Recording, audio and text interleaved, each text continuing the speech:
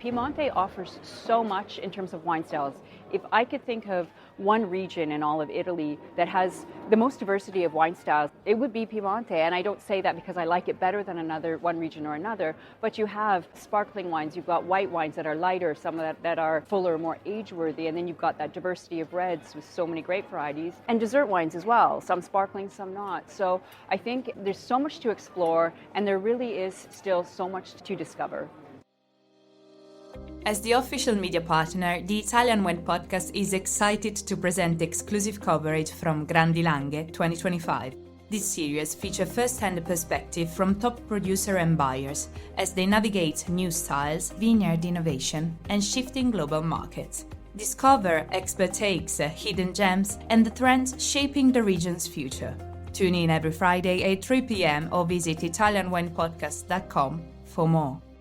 Hello, my name's Stevie Kim and welcome back to Grandi Langhe 2025 edition, where we are talking to wine experts from all over the world. And today, one of our favorite wine people, Michaela Morris from Canada. Ciao, Michaela.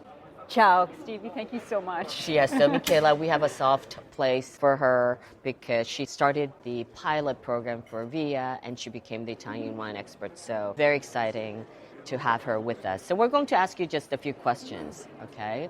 What have you been doing so far? I know you've been in the territory for some time now. Yeah, this is actually the end of my trip here at Grandi Langhe, but I've been spending most of my time tasting the 2021 Barolo, 22 Barbaresco, and any Langhe Nebbiolo d'Alba that I can get my hands on. Okay, so I'm going to be asking you a few questions like we have with our other guests. Number one, which new or emerging Piemonte wine styles have caught your eye in the recent years? So, I mean, there's lots to talk about. I think Timarasso, for quite a few years now, is definitely on the rise.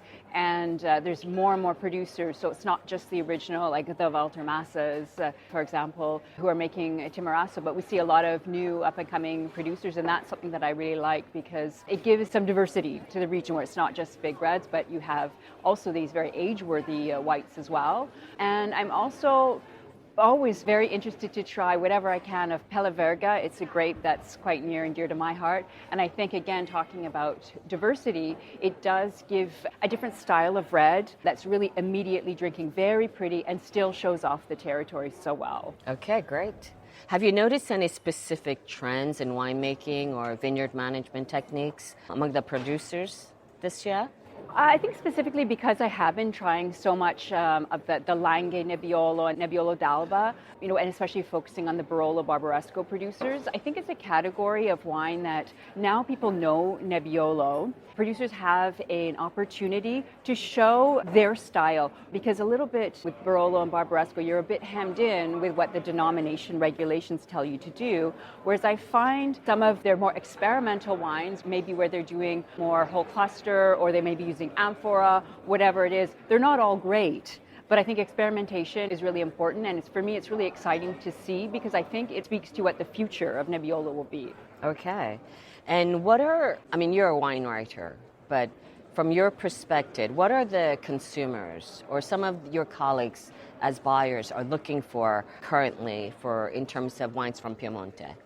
I think a lot of different things. There's, excitement also, let's say, with Alta Langhe for a sparkling wine, because sparkling wine is still very popular. I think also people are really looking for up-and-comers as well, because the known Barolo and Barbaresco producers, prices have gone up a lot, or they're much harder to find. So this is something that I really try to cover when I'm writing about the region. So for example, this year from Barolo, Carlo Ravella was definitely a standout producer. Okay, excellent. So here, She's covering one of my other questions already. Okay. No, it's okay. Do you want me to stop there? No, it's okay.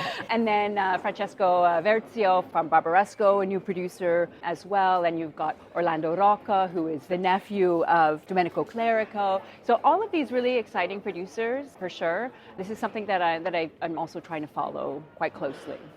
Have you encountered any unexpected grape varieties or different up-and-coming terroirs here at Grandi Langhe? I guess I have to admit I spent a lot of time in Piedmont. Yes, she's and the Barolo and Barbaresco girl.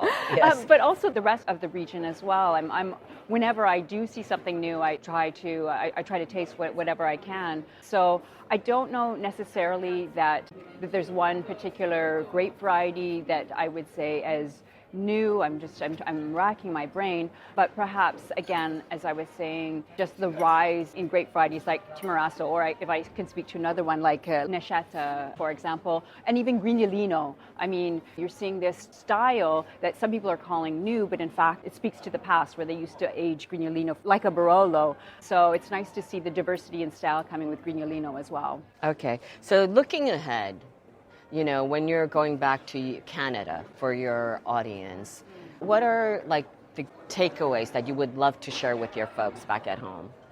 I think to look beyond Nebbiolo. Definitely don't bypass Nebbiolo. Still keep buying Nebbiolo and drinking Nebbiolo. It's a great grape. But I do think that Piemonte offers so much in terms of wine styles. If I could think of one region in all of Italy that has the most diversity of wine styles, it would be Piemonte. And I don't say that because I like it better than one region or another, but you have sparkling wines, you've got white wines that are lighter, some that are fuller, more age-worthy, and then you've got that diversity of reds with so many grape varieties, and dessert wines as well, some sparkling, some not. So I think there's so much to explore, and there really is still so much to discover. Okay, and that was Michaela Morris coming to you from Canada to Grandi Langhe 2025. And it's a wrap. Thank you very much for joining us. Ciao, Michaela. Ciao, grazie. Listen to the Italian Wine Podcast wherever you get your podcasts. We're on SoundCloud, Apple Podcasts, Spotify, Himalaya FM, and more. Don't forget to subscribe and rate the show. If you enjoy listening, please consider donating through ItalianWinePodcast.com. Any amount helps cover equipment, production, and publication costs. Until next time, cin cin.